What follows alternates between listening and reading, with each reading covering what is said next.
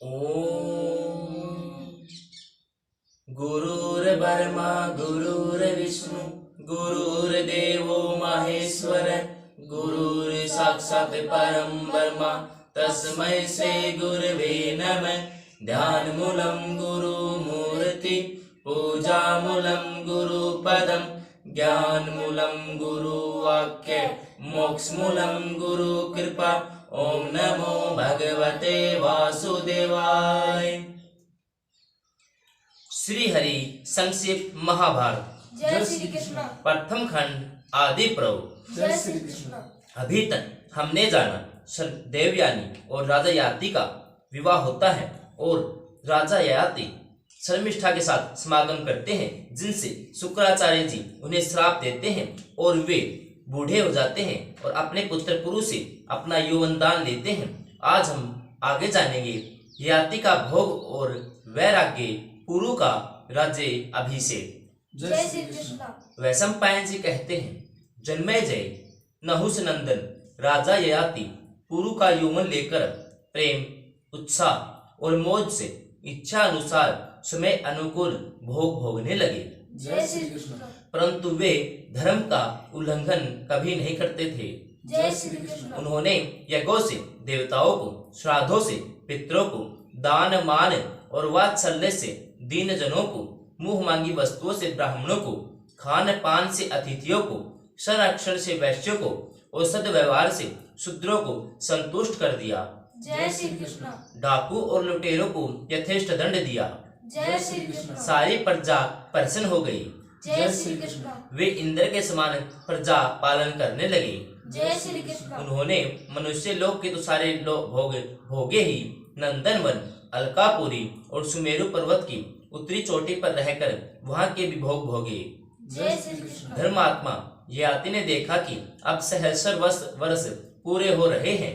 जय श्री कृष्ण। तब उन्होंने अपने पुत्र पुरु को बुलाया और कहा, बेटा, मैंने तुम्हारे जवानी से इच्छा अनुसार उत्साह के साथ अपने प्रिय विषयों को भोग लिया है। जय श्री कृष्ण।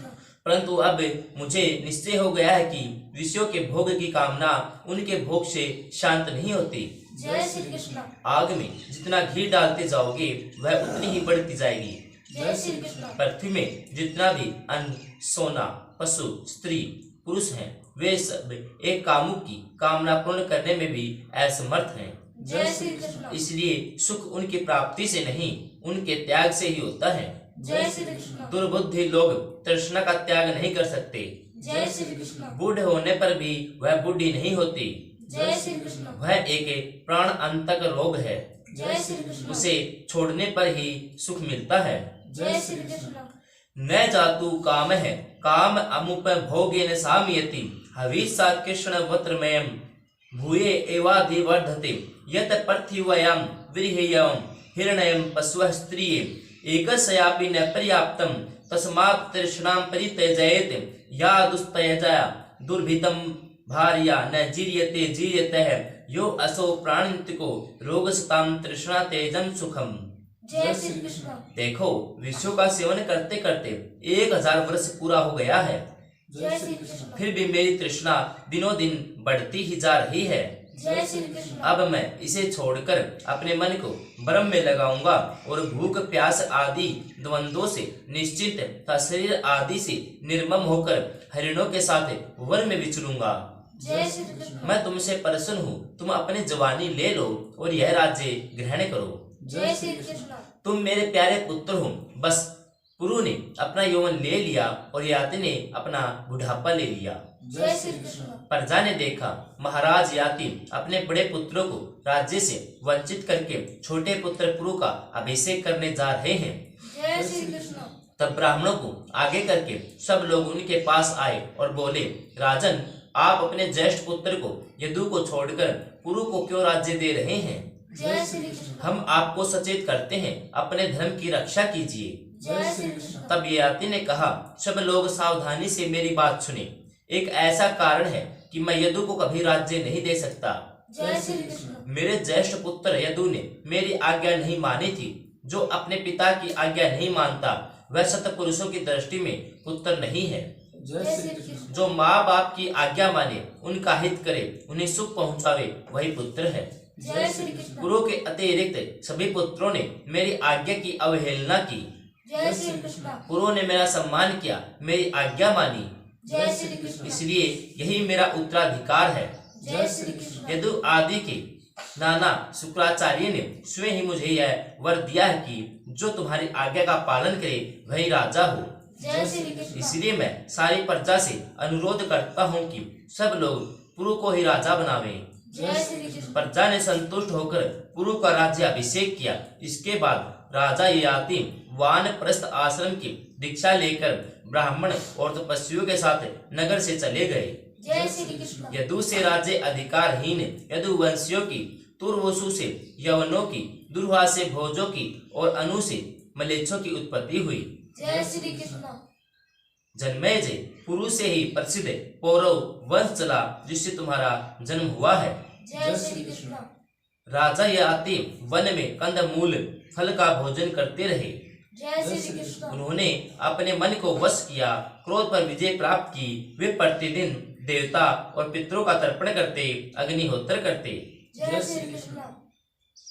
खेतों में से अन्न के कण बीन बीन कर अतिथियों को भोजन कराने के अनंतर यज्ञ शेष से अपने भूख बुझाते। जय श्री कृष्ण। इस प्रकार 1000 वर्ष बिताए। 30 वर्ष तक उन्होंने वाणी और मन को अपने अधीन कर केवल जल के आधार पर ही जीवन निर्वाह किया। जय श्री कृष्ण। 1 वर्ष तक बिना सोए केवल वायु पीकर ही रहे। जय श्री कृष्ण। इसके बाद 1 वर्ष और 5 अग्नियों के बीच बैठकर बिताया। जय श्री कृष्ण। 6 महीने तक एक पैर से खड़े रहकर केवल वायु पान ही किया। जय श्री कृष्ण। उनकी पवित्र कीर्ति त्रिलोकी में फैल गई। जय श्री कृष्ण। शरीर छूटने पर भी उन्हें स्वर्ग की प्राप्ति हुई। जय श्री कृष्ण। यदु से यदुवंशी, तुर्वसु से यवनों की, दुर्हा से भोजों की और अनु से मलेच्छों की उत्पन्न हुई थी। जय श्री कृष्ण। याति का स्वर्गवास, इंद्र से बातचीत, पतन, सत्संग और पुनः सरोगमन। जय श्री कृष्ण।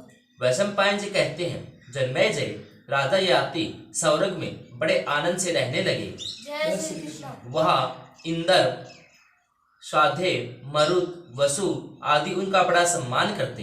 जय श्री कृष्ण। इस प्रकार हजारों वर्ष बीत गए।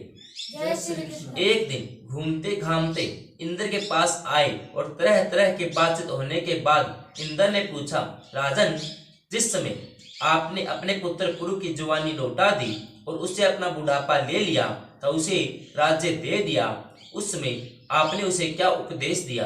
जय श्री कृष्ण। ययाति ने कहा, देवराज, मैंने अपने पुत्रों से कहा कि पुरो, मैं तुम्हें गंगा और यमुना के बीच के देश का राजा बनाता हूँ। जय श्री कृष्ण। सीमांत के देशों का भोग तुम्हारे भाई करेंगे। जय श्री कृष्ण। देखो भाई, क्रोधियों से समाजशील श्रेष्ठ है, अहिष्णु से सहिष्णु, मनुष्यतर जातियों में मनुष्य और मूर्खों में से विद्वान सर्वथा श्रेष्ठ है। जय श्री कृष्ण। किसी के बहुत सताने पर भी उसको सताने का प्रयत्न नहीं करना चाहिए, जय श्री कृष्ण। क्योंकि दुखी प्राणी का शोक ही सताने वाले का नाश कर देता है। जय श्री कृष्ण। मर्म भेदी और कड़वी बात मुंह से नहीं निकालनी चाहिए। जय श्री कृष्ण। अनुचित उपाय से स्त्री को भी अपने वश में नहीं करना चाहिए, जय श्री कृष्ण। जिससे किसी को कष्ट पहुंचता हो। ऐसी बात तो पापी लोग ही बोलते हैं। जय श्री कृष्ण। जो अपनी कड़वी, तीखी और मर्मस्पर्शी बातों के कांटे से लोगों को सताता है, उसको देखना भी बुरा है, जय श्री कृष्ण। क्योंकि वह अपनी वाणी के रूप में एक पिशाचनी को ढो रहा है। जय श्री कृष्ण। ऐसा आचरण करना कि सत्पुरुष सामने तो सत्कार करे और पीछे पीछे तुम्हारी रक्षा करे। जय श्री कृष्ण। दुष्ट लोग कोई कड़वी बात कहे तो सर्वदा उसे सहन ही करना चाहिए। जय श्री कृष्ण। सदाचार का आश्रय लेकर सर्वदा सत्पुरुषों के व्यवहार को ग्रहण करना चाहिए। जय श्री कृष्ण। वाणी से भी बाण वृष्टि होती है। जय श्री कृष्ण। जिस पर इसकी बौछार पड़ती है वह रात दिन सोच में पड़ा रहता है। जय श्री कृष्ण। इसलिए ऐसी वाणी का प्रयोग कभी नहीं करना चाहिए। जय श्री कृष्ण। त्रिलोकी में सबसे बड़ी संपत्ति यह है कि सभी प्राणियों के प्रति दया और मैत्री का बर्ताव हो। जय श्री कृष्ण। यथाशक्ति सबको कुछ दिया जाए, मधुर वाणी का प्रयोग हो। सारांश यह है कि कठोर वाणी न बोले, जय श्री कृष्ण। मीठी मीठी वाणी बोले, सम्मान करें, दान दें और कभी किसी से कुछ मांगे नहीं। जय श्री कृष्ण यही सर्वश्रेष्ठ व्यवहार का मार्ग है। जय श्री कृष्ण ययाति की बात सुनकर इंद्र ने पूछा, नहुसनंदन, आपने गृहस्थ आश्रम धर्म का पूरा पूरा पालन करके वानप्रस्थ आश्रम स्वीकार किया था। जय श्री कृष्ण मैं आपसे यह पूछता हूँ कि आप तपस्या में किसके समकक्ष हैं?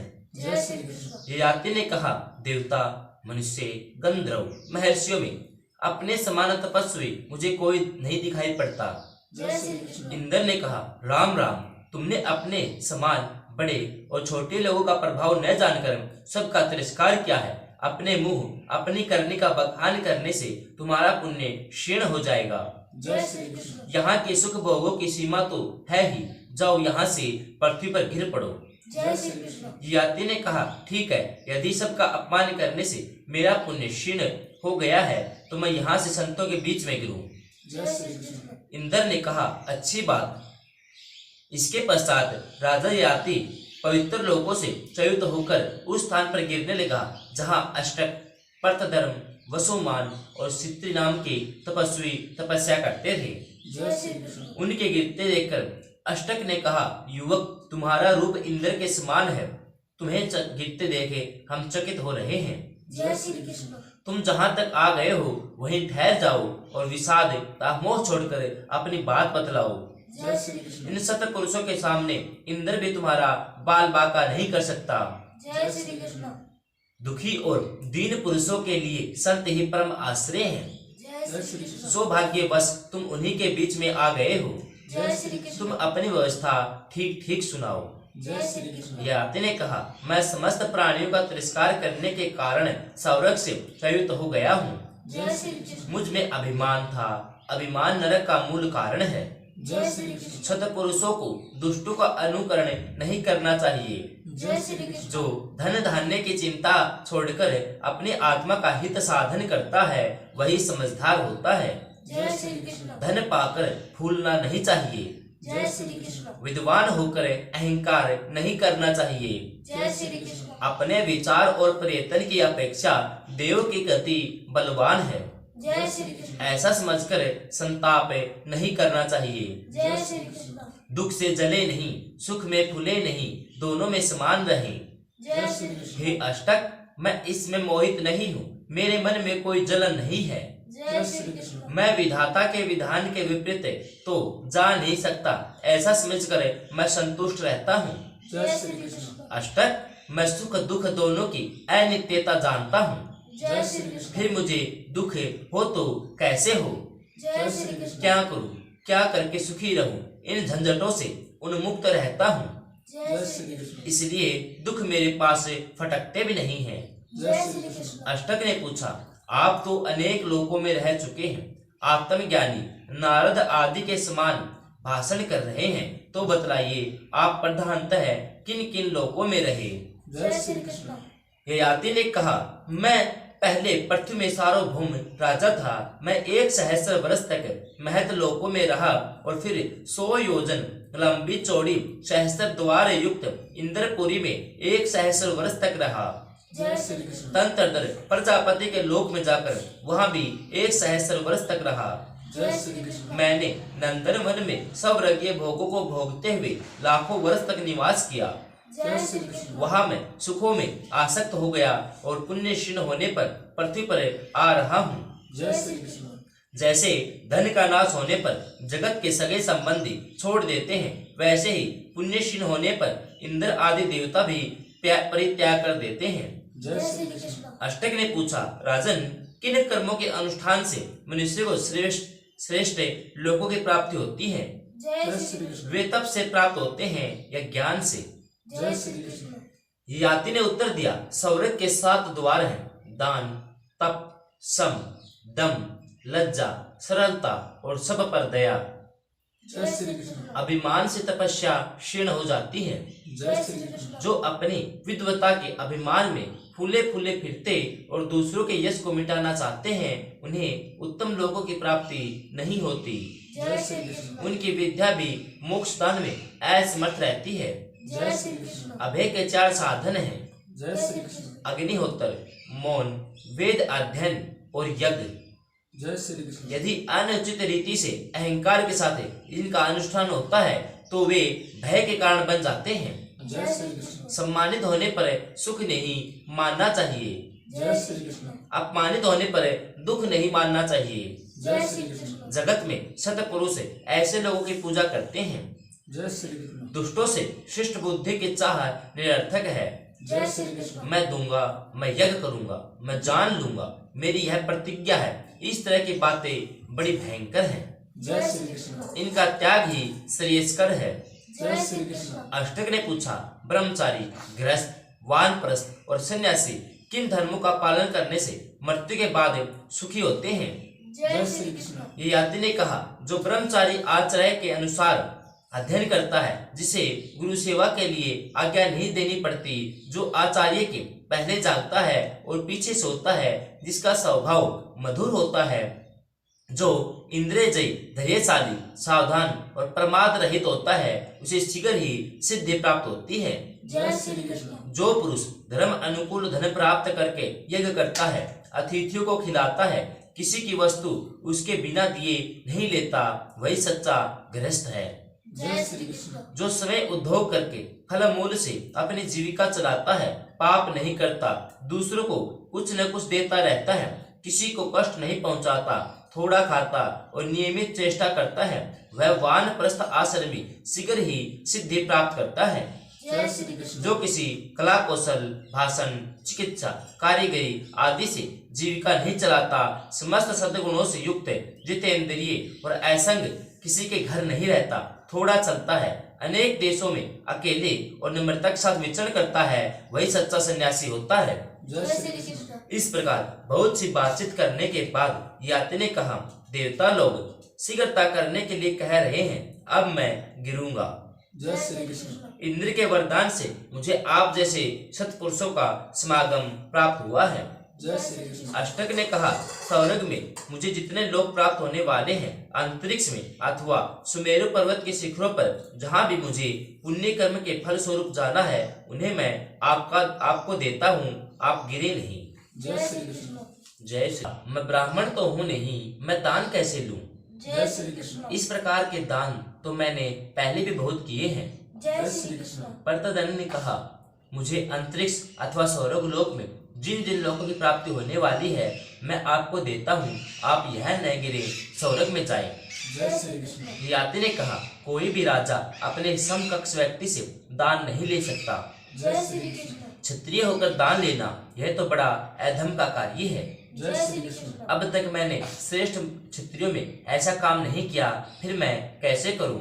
जय श्री कृष्ण। वसुमान ने कहा, राजन, मैं अपने सभी लोग आपको देता हूँ, आप यदि इसे दान समझकर लेने में हिचकते हैं तो मैं एक तिनके के बदले में सब खरीद लीजिए।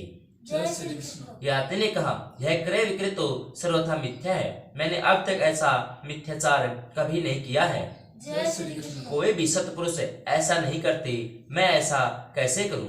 जय श्री कृष्ण। सीबी ने कहा, महाराज, मैं ओसी नर सीबी हूँ, यदि आप खरीद बिक्री नहीं करना चाहते तो मेरे पुण्यों का फल स्वीकार कर लीजिए, मैं इन्हें आपको भेंट करता हूँ। जय श्री कृष्ण। आप न भी ले तो मैं इन्हें स्वीकार नहीं करता। जय श्री कृष्ण। याति ने कहा, तुम बड़े प्रभावशाली हो, परंतु मैं दूसरों के पुण्य फल का उपभोग नहीं कर सकता। जय श्री कृष्ण। अष्टक ने कहा, अच्छा महाराज, आप एक एक के पुण्य लोक नहीं लेते तो सभी के स्वीकार कर लीजिए, हम आपको अपना सारा पुण्य फल देकर नरक जाने को भी तैयार हैं। जय श्री कृष्ण। ये आते ने उत्तर दिया, भाई, तुम लोग मेरे स्वरूप के अनुरूप प्रयत्न करो, सत्पुरुष तो सत्य के ही पक्षपाती होते हैं, मैंने जो कभी नहीं किया वह अब कैसे करूं? जय श्री कृष्ण। अष्टक ने कहा, महाराज, ये आकाश में सोने के 5 रथ किसके दिख रहे हैं? जय श्री कृष्ण। क्या इन्हीं के द्वारा पुण्य लोक की यात्रा होती है? जय श्री कृष्ण। ये याति ने कहा, हाँ, ये सुनहले रथ तुम लोगों की पुण्य लोक में ले जाएंगे। जय श्री कृष्ण। अष्टक ने कहा, आप इन रथों के द्वारा स्वर्ग की यात्रा कीजिए, हम लोग भी समय पर आ जाएंगे।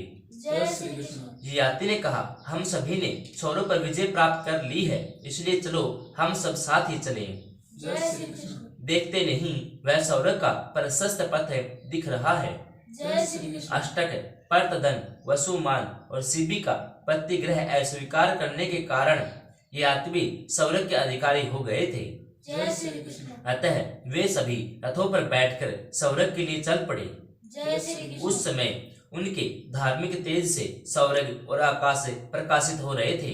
जय श्री कृष्ण। ओसी नर शिबी का रथ आगे बढ़ता देखकर अष्टक ने याति से पूछा, राजन, इंद्र मेरा सबसे प्रिय मित्र है। मैं समझता हूँ कि मैं ही सबसे पहले उसके पास पहुंचूंगा। जय श्री कृष्ण। यह शिबी का रथ आगे क्यों बढ़ रहा है? जय श्री कृष्ण। याति ने कहा, शिबी ने अपने सर्व सत्पात्रों को दे दिया था। दान, तपस्या, सत्य, धर्म, हिंग, श्रृंग, क्षमा, सौम्यता, सेवा की अभिलाषा, ये सभी गुण शिबी में विद्यमान हैं। जय श्री कृष्ण। इतने पर भी उसे अभिमान की छाया तक नहीं छू गई है। जय श्री कृष्ण। इसी से वह सबसे आगे बढ़ गया है। जय श्री कृष्ण। तब अष्टक ने पूछा, राजन, सच सच बताइए, आप कौन और किसके पुत्र हैं? जय श्री कृष्ण। आप जैसा त्याग तो किसी ब्राह्मण अथवा क्षत्रिय ने अब तक नहीं सुना गया। जय श्री कृष्ण। याति ने उत्तर दिया, मैं सम्राट नहुस का पुत्र याति हूँ। जय श्री कृष्ण। मेरा पुत्र पुरु है। जय श्री कृष्ण। मैं सार्वभौम चक्रवर्ती था। जय श्री कृष्ण। देखो, तुमसे गुप्त बात भी बतलाई देता हूँ, क्योंकि तुम अपने हो, तुम लोगों का मैं नाना हूँ। इस प्रकार बातचीत करते हुए सब स्वर्ग में चले गए। जय श्री कृष्ण।